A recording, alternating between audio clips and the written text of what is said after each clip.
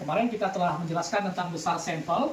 Hari ini saya akan melanjutkan tentang besar sampel. Kalau kemarin kita ngomong soal besar sampel pada studi deskriptif, ya, jadi besar sampel, ya, besar sampel. Jadi kita tahu berdasarkan hierarki ada dua, ya, yang namanya kemarin deskriptif, ya, deskriptif, dan satu lagi yang analitik, ya. Yang nomor dua adalah analitik, ya. Nah, yang kemarin sudah saya jelaskan yang deskriptif, ya. Ini yang analitik ada dua. Analitik ada dua, ya. Yang pertama yang akan saya jelaskan hari ini adalah tentang besar sampel studi observasi, ya. Ada tiga, ya. Jadi cross seksional, ya, cross seksional, case control, dan terakhir adalah cohort, ya. Sedangkan ini nanti yang satu lagi, yang analitik minggu depan, itu adalah eksperimental yang kedua, ya, eksperimental.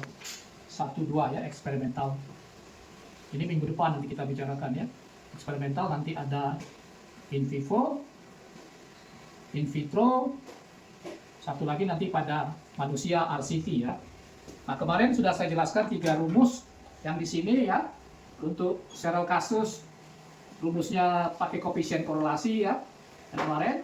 Kemudian uji diagnostik sudah juga kemarin, rumus sampelnya, ya. Yang terakhir adalah kemarin adalah survei, ya.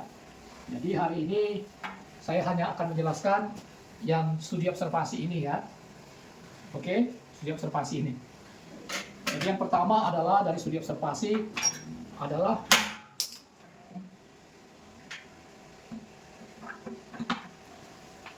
yang pertama adalah cross seksional, ya. Jadi cross seksional ini nama lainnya jangan lupa adalah prevalence study, ya, prevalence study. Jadi dia sangat tergantung dari prevalence suatu penyakit atau angka kejadian, ya. Prevalence study rumusnya adalah kita pakai formula Lemso atau kita pakai formula ini, ya. Adalah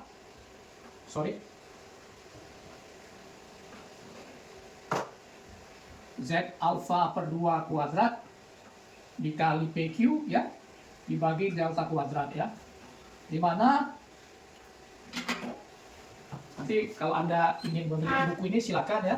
Di sini semua ada formula cara pembuatan proposal sampai analisa data, ya. Jadi bisa kita lihat di sini sudah saya jelaskan waktu kemarin kalau ada yang menyimak, ya.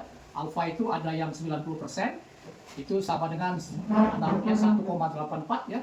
Kita bisa lihat, ya, 95% ini sama dengan 1,96, dan yang terakhir 99% itu sama dengan 2,58, ya.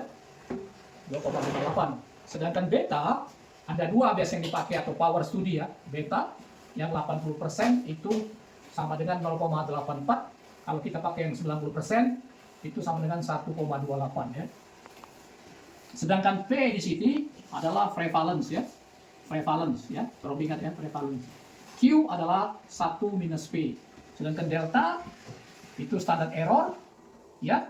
Bisa dipakai ini sama dengan 0,1 yang paling besar, 0,05 atau 0,01 yang paling kecil, gitu, ya.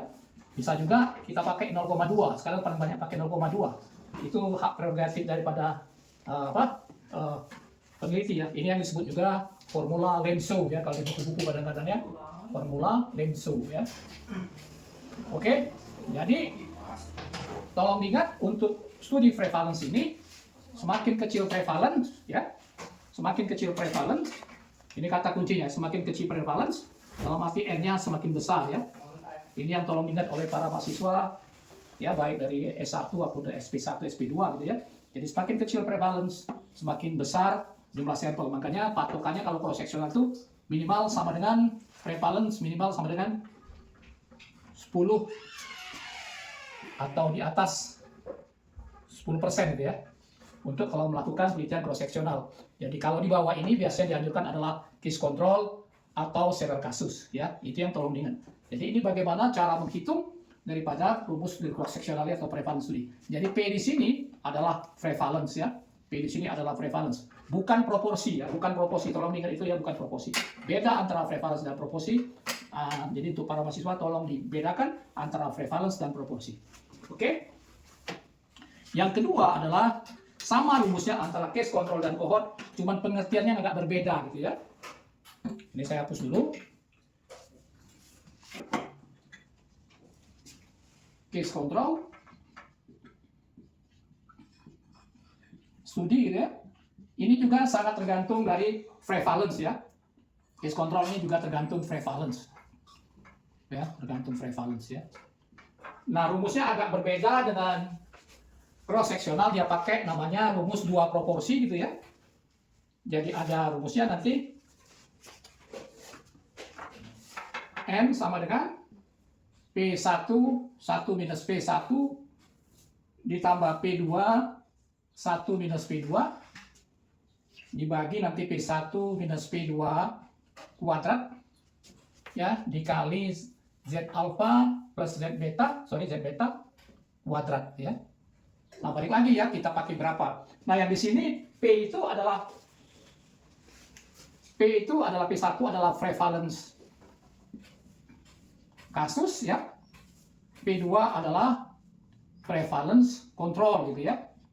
Prevalence control. Sedangkan alpha beta yang tadi kita pilih tadi ya, alpha ada 90%, 95%, dan 99%. Sedangkan beta ada yang 80%, ada yang 90% ya. Yang tadi dijelaskan itu ya.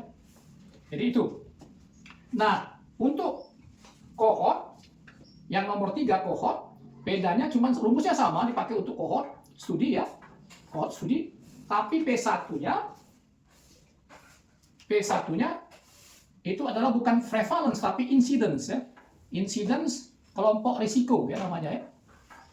Nah, yang P2 adalah incidence kelompok kontrol disebut juga ya. Jadi beda ya, di sini prevalence pada case control, yang di bawah pada cohort kita pakai adalah incidence. Jadi tolong diingat, kalau alpha betanya sama saja. Tolong diingat, saya hapus ini ya biar ingat ya.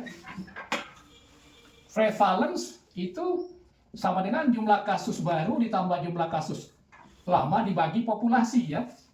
Populasi. Tolong ingat ya, untuk para mahasiswa ya. Sedangkan incidence itu jumlah kasus baru saja atau ya jumlah kasus lama saja dibagi populasi ya. Itu beda, jadi kasus baru saja atau kasus lama saja. Yaitu insiden. Jadi untuk cohort pakai insiden, untuk case control kita pakai prevalence ya. Ya, ini namanya disebut juga rumus 2 proporsi ya untuk case control dan cohort. Itu dulu, mudah-mudahan jelas ya untuk membedakan antara cross sectional case control dan cohort, penggunaan rumusnya bagaimana. Oh, satu lagi kelupaan. Tolong diingat. Kalau dapat N-nya berapa nanti ya untuk case control saya sini ya. Untuk case control atau cohort.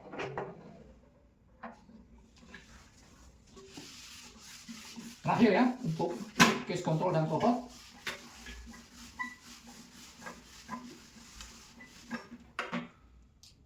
Jadi tadi sudah untuk case control atau cohort ya.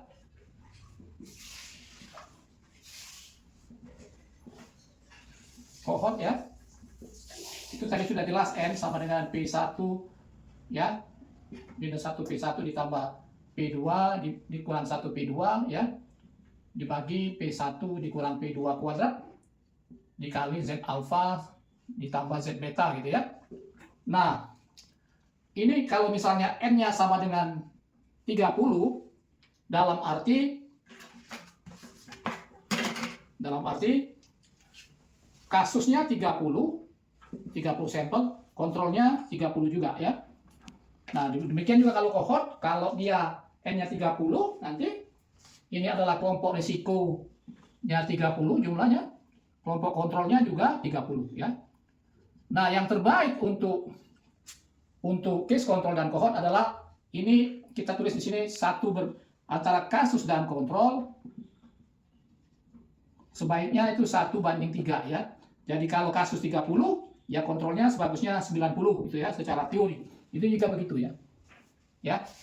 Jadi itu dulu untuk melengkapi semuanya. Jadi untuk kasus kontrol, kalau dapat N-nya 30, kita harus kasih tahu kasus kontrol berbanding berapa.